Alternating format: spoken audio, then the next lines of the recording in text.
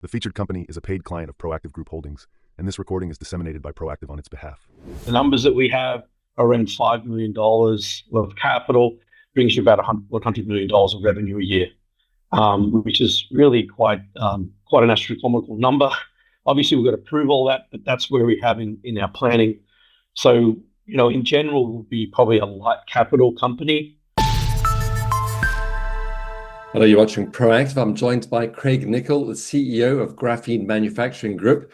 Craig, very good to speak with you. You've now secured patents in Europe, China, and the US for G LUBRICANT.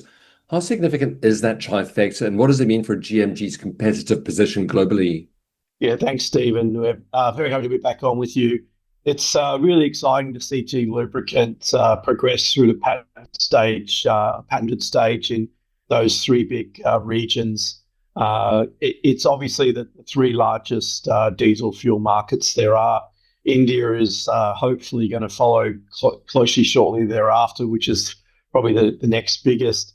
Also, just liquid fuels in general, so gasoline or petrol, however you want to call it, are also very big in those markets. So it sets us up for success. Basically, it's a 20-year exclusion right for the use of graphene in the oil and the way we've done it and just save that amount of fuel and get that amount of kind of energy savings and reduction in wear. So we're very excited, and we think it's a big platform for us to go and push on and create a very large business with. Craig, an 8.4% improvements in diesel fuel efficiency is a striking claim.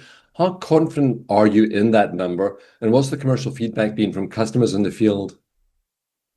Yeah, great questions. So, we saw 8.4% in engine testing verified by University of Queensland, and we've often seen more than that, even in the high teens, 20% in some customer feedbacks, which people have bought the product and used it around the world in different types of applications. But we've also seen down to the 5%. So it is, we're getting more data on how much variance that is. I think somewhere between 5 and 10% is probably where we'll see most applications. It does vary by some application, and I guess that's something that we're working through to see exactly the true outcome of why it varies. But we're quite happy to say that, at a high stress situation, which is the 8.4 test, the engines will save around that kind of fuel, which is a huge amount of money and a huge amount of emissions reduction when you put that into a global scale. There's something like $4 trillion worth of liquid fuels that are bought every year. And that was just on last year's fuel price, not on this year's fuel price. You've brought in a former Rio Tinto Global Head of Technical Development as your Chief Production Growth Officer. What does Stuart Watson's appointment tell us about where GMG is headed next? Yeah, I think we've received a significant amount of feedback to say that I think we're at an inflection point. And I think someone like Stuart coming on is kind of an acknowledgement of that.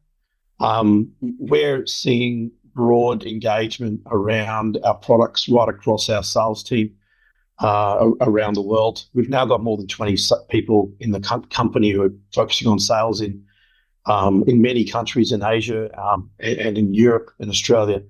So that is making us want and engage on expansion planning. And someone like Stuart, who's literally done this for one of the largest material mining companies in the world, gives us confidence that we can actually build that production for the potential planned demand. I think the most important point is that we are looking to be, this North American, Australian company where our production centers will be largely in Canada, America, and Australia. And that is because natural gas pricing is so low cost in those areas. And, that's probably another important point to know. And, we'll be looking to see how we can expand in those areas as and when we need to. Your Gen 2.0 production project at Richlands is due by the end of June. What does hitting that milestone actually unlock, and how quickly can you replicate that model in North America? Yeah, look, you are talking within the matter of a year. We could build a number of plants. The plants are small; they're modular. They're relatively low capital compared to the revenue that they can bring. Uh, generally, the numbers that we have are around $5 million of capital brings you about $100 million of revenue a year, which is really quite an astronomical number. Obviously, we've got to prove all that, but that's where we have in our planning. So, in general, we'll be probably a light capital company. But as we expand, we will need some capital, but not as much as probably people would expect, because the amount of revenue we can make from the small amount of capital is quite good from what we've seen. So, what we expect.